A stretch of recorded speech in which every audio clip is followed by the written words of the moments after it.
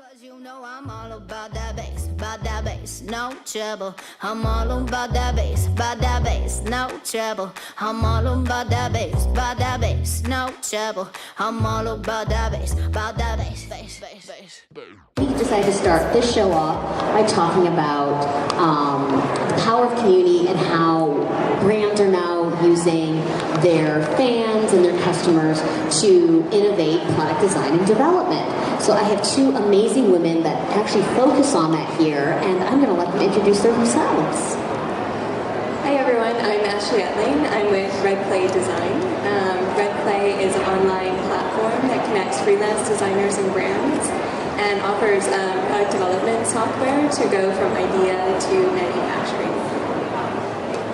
Hi, I'm Nicole Hazy. I work with an internet retailer called ModCloth. We are a women's fashion retailer. Can you hear me? There you go. Start over. So Nicole Hazy, I work for modcloth.com. We're a women's fashion apparel retailer.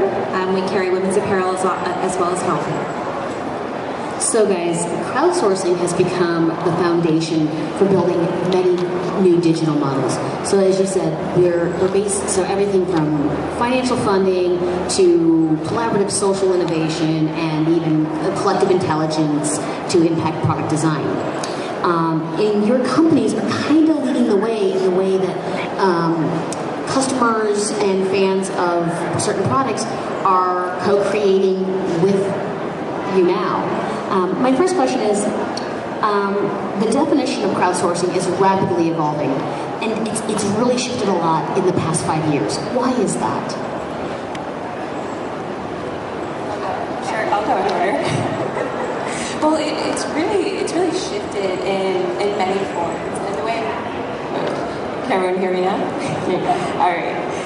It shifted in many ways. The way we're really defining crowdsourcing today, at Red Clay at least, is leveraging technology to bring a curated crowd together to share time, knowledge, and resources. And we've really seen that over the years as development, and at Red Clay especially, is a shift in bringing a community together and curating that community. And not only curating that community, but compensating those designers who actually participate in that community, and then really offering tools that can really help in that iterative collaborative process. So at ModCloth, which is on the retail side, we're really about involving our community and collaborating with them, whether it be the product that we bring in, new businesses, how things fit, how they rate and review things. We're really trying to pull all of the knowledge from our community. They want to be heard. Their community is our king, customer is king or queen in this instance. So I think it's really about hearing from her and really letting her influence what we sell. We like to say at ModCloth, we like to democratize fashion as opposed to the opposite, where I think typical brick and mortar or big box retailers push the consumer, we like to pull. So it's really about letting our community collaborate with us. I think that's a really good segue into our next question. So why is co-creating products with consumers important for brands and retailers?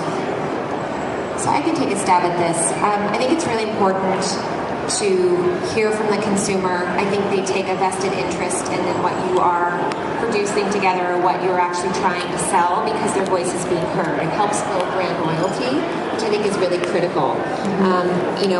We have quite a few programs at ModCloth, great features on our website where, a lot of our community can participate in our brand. We have something called Be the Buyer, which I think I've been in retail quite a long time. It's pretty groundbreaking in that the community can vote on products that we have. So we've launched about 3,000 or put 3,000 styles through Be the Buyer.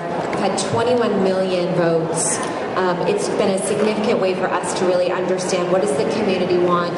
There's no risk really involved in that, and typically we find a lot of success with items that are picked as opposed to skipped, and it's just a really great barometer for listening to her as to what she wants. So let's take that a little bit deeper then, because you've mentioned brand loyalty, you've mentioned inclusion. How does crowdsourcing or help impact, like in terms of the business side, how does that help a company with maybe consumer market research or product innovation, or even maybe getting things to market quickly but more cost effectively?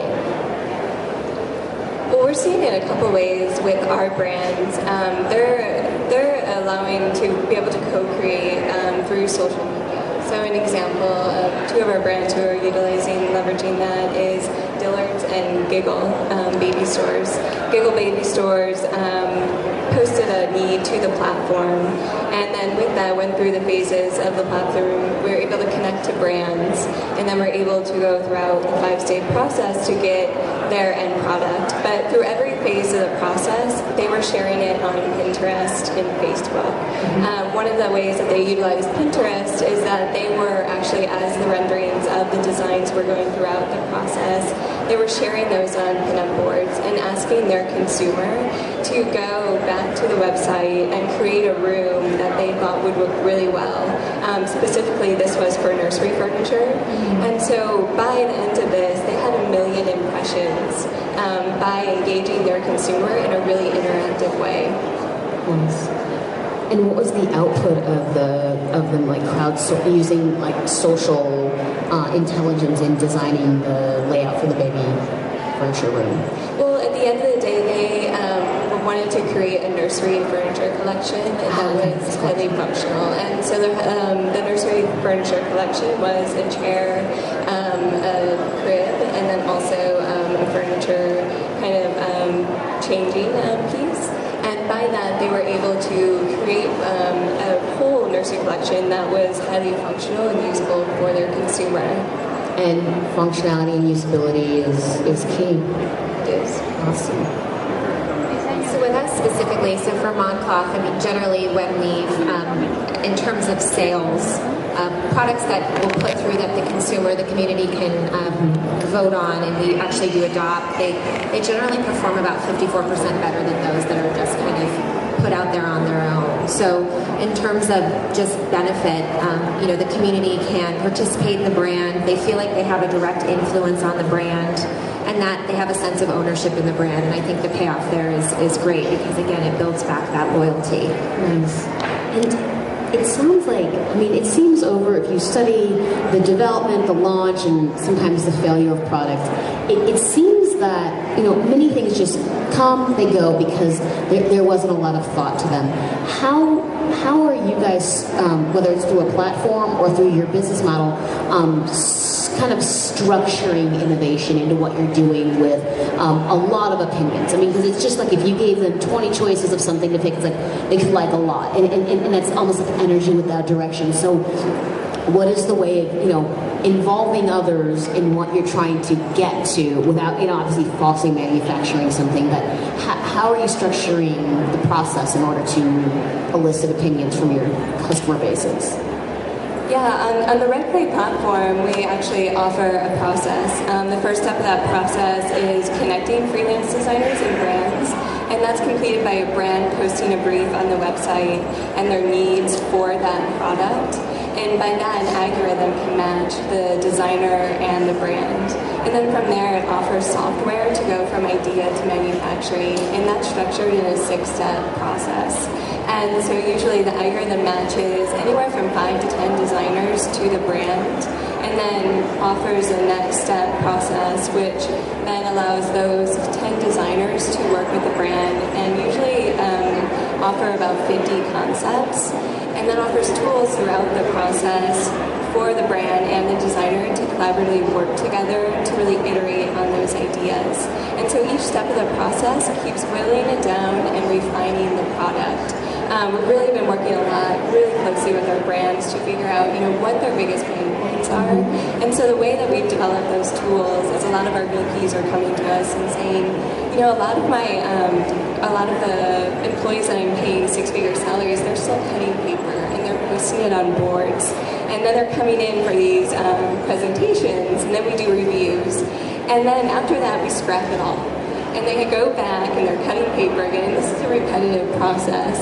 And so we're seeing by offering these technology tools that it's making it a lot easier to review and iterate and then add more structure that sets expectations, and eventually a process that allows you to go from idea to manufacturing within 6 weeks. Let's just test this idea of if you can bring people together to solve problems and utilize technology, can that really work? So Dillard's department store came on the platform. They posted a need for a summer collection, which was a farm-to-table collection.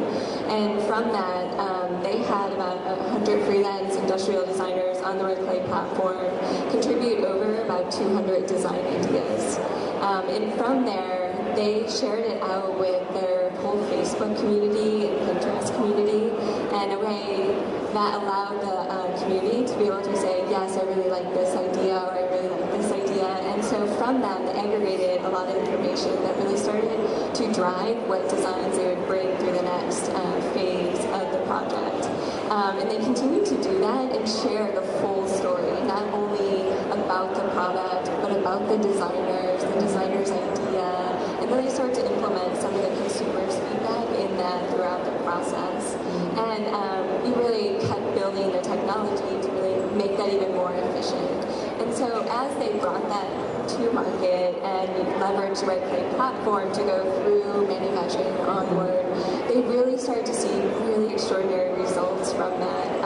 Usually Dillard's has their business model is that they start marking down products at least a week once they go into stores. And most of the products that came through into stores once they were finally released, they were seeing a 5-time sell-through rate, which means that they weren't marking things down until 5 weeks, 6 weeks after, and they had about half of the collection sell out. So by engaging their consumer throughout the full story and then saying, well, keeping them engaged then through the whole story, then saying, well, hey, well, now the product that you really love is now in market. And it was extraordinary results. Nice. And so Dillard's continues to use the platform, and they use it for fall collections, full winter collections, and we're continuing to see that with other enterprise and startups. Awesome. Does anyone in the audience have a question for one of the panelists?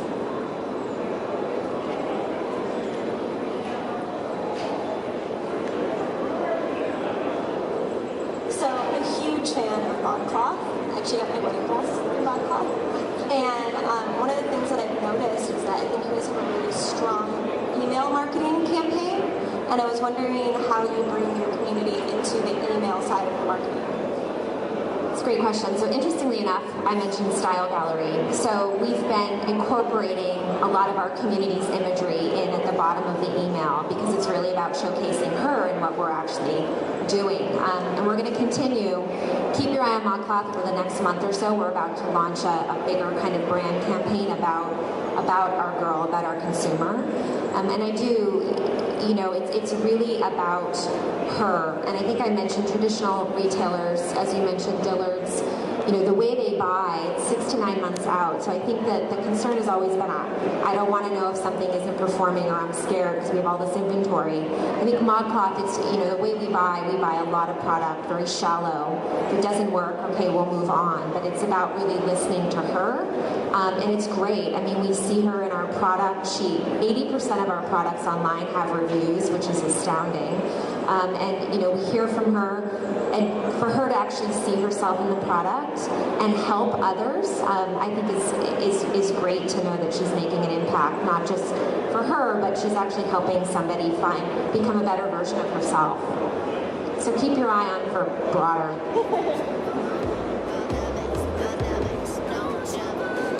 Is there anyone else with a question? Anyone?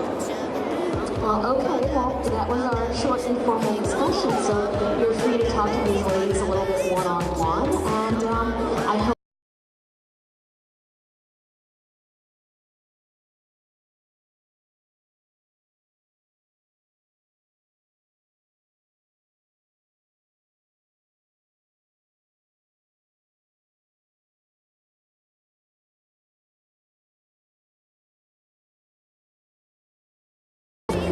design, which isn't on our board because it was added a little late. It's going to be really awesome too, but we're there twice a day, and I, again, have a very successful show.